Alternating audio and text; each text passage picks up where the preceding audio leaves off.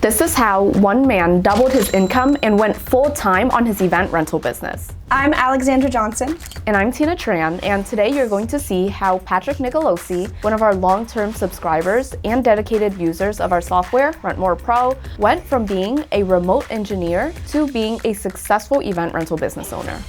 Along the way, he faced some tough challenges and learned some hard-earned lessons that we think every aspiring entrepreneur should hear.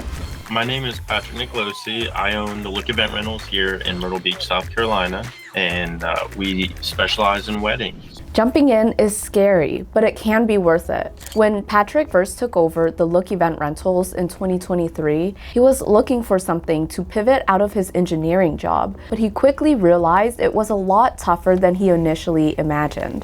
The work can be intense. His first event was a 30 by 50 tent setup with over 300 chairs. This became a full-on crash course of logistics, labor, and late-night troubleshooting. So, there was no plan to go into event rentals at all. It really started as a journey to find means to an end to my 9 to 5. And the route that I took was actually investing in businesses. And so I had been looking for businesses to buy for well over a year at this point. And I had come across this business here local in Myrtle Beach, advertised as, a wedding boutique rental, more or less. And I looked at it and I kind of fell in love with it. The numbers looked great, and the growing population in here in Myrtle Beach and the wedding destination, kind of trend was booming in a sense. So the business I bought was established in 2020 and I bought it in 2023. So we are going on year 3 under my ownership. As you can kind of hear from the clip, that first job maybe didn't go as smoothly as he would have expected, but he quickly saw the potential in the business model. Rather than shy away from the challenge, I like that he talks about how he leaned into it. Sometimes the best way to learn is to just get your hands dirty and figure it out as you grow. And I think that Patrick's story proves that while jumping in can be terrifying, sometimes it is the fastest path to growth. Oh my goodness. It was a lot. It was a lot. And I was so unsure of the amount of work that had to go into event rentals.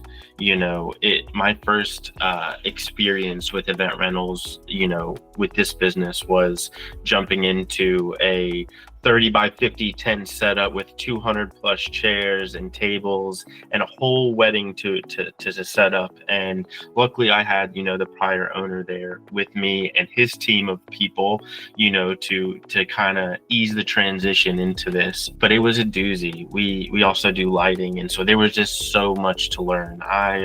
It was really eye-opening, the level of work but of care that, this company was already putting into their customers, and just leaving there and seeing from start to finish and seeing the whole picture of the wedding kind of come together was just really eye-opening. And right there I saw the value of business. I saw the value in the model, and I knew that this was something that could definitely take off here.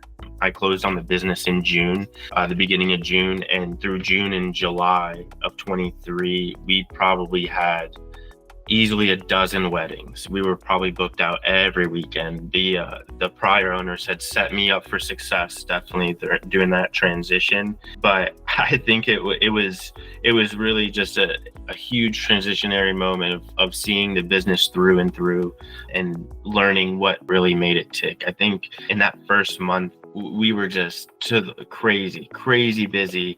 And I don't think I'll ever forget that baptism of true hard work and sweat equity that went into this. But you have to remember that you don't have to do it all alone.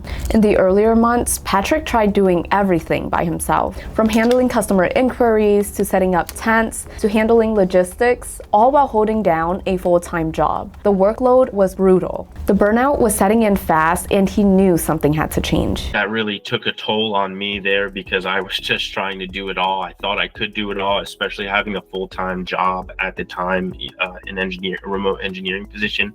I was at wit's end there for a little bit, but once I could start getting people under my umbrella and some good, people to get in there and help me do setups, it definitely eased that a bit. And talking to people on the phone and following up with leads and all that stuff was something that I was already doing in my prior work. So that wasn't even a problem, but it was just the immense amount of work when it came to setting up these big, elegant weddings. I think it was just realizing that I didn't have to do everything myself, that there were people out there that could do the job sufficiently, that it wasn't always on me. And I think once I was able to kind of let go a little bit is really when I started to see growth. After 6 months of working, he actually mentioned that his breakthrough came around the time when he found this YouTube channel, The Rental Boys, and when he actually switched over to using our software, Rent More Pro.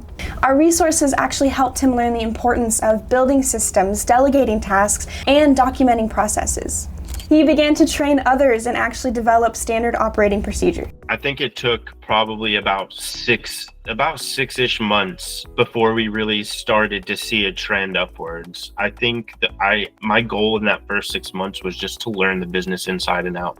There was already some software in place. There was already some processes here and there, but it wasn't until I kind of came across, the Rental Boys, channel and went through that whole YouTube university type thing to get acclimated and up to date on, the trends and more processes and all the things that, kind of helped start to standardize us in a way. And I think when, we started to implement the new Rent More software and started to run the ads more consistently, I think that's when we really started to see our upshoot.